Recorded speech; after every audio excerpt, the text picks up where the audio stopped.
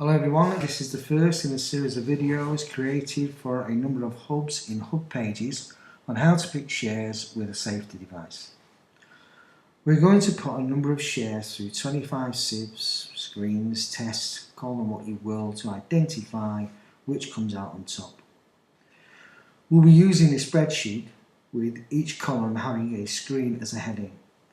Information about the share will be entered under the headings and given a score. The one with the top score would be the most promising. Ideally, you should be looking at 10 to 15 shares, which may throw not only one, but 3 or 4 potential candidates. However, to show you how it works, we're just going to start with 4 shares. So here's the spreadsheet in Google Docs, which is free when you open a free Google account. The first column holds the exchange price information code, commonly known as the ticker. The next column holds the company name, and if you hover over the name, I put in a link to the company's information page. That tells you just what kind of business the company is involved in. The first 2 columns are not screens, just the names and the codes of the companies you picked, so there's no score involved. Column number 1 is the first screen. It holds the independent story.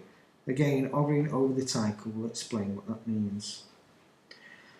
A listed company will give out trading statements from time to time, letting you know how they're performing. It has been known for companies to only dwell on the highlights, whereas a professional company researcher who writes for share tip sheets, newspapers, or investment magazines will tell you the whole story. If you just enter the tick of the company name in your search engine, it will throw up numerous sites all holding bits of information in that company. I picked out Yahoo Finance on page 1 of the search engine results, and here it gives an independent appraisal of the first company, IQE. The big thing about picking shares is doing your own research. Read it yourself so that you get a good idea of how the company is trading, and the more of these independent evaluations you can find, the better. The second screen, in column number 2, is the Chief Executive Officer's statement.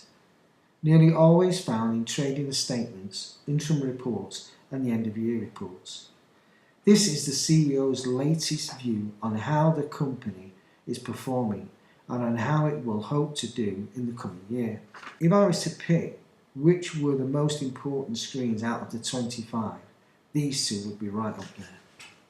Just to give you an idea at this early stage of how a selection is generated, if you take the 4 shares and study each independent statement with how the CEO sees the coming year, you will form an indication of who's doing the best out of the 4. Put them in front of another 23 screens and the best selections will be glaringly obvious.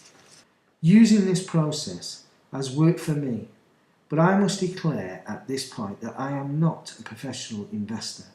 I do not work for any kind of investment house, and the information you find in these hubs are not share tips and does not constitute any form of advice or recommendation.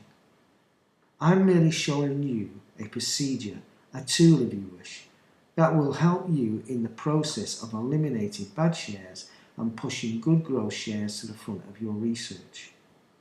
Shares can go up and down and carry the risk of loss. That's the end of the first video. The next video will go into the next 2 screens and also look at the scoring system. So that's all for now. Thank you. Bye.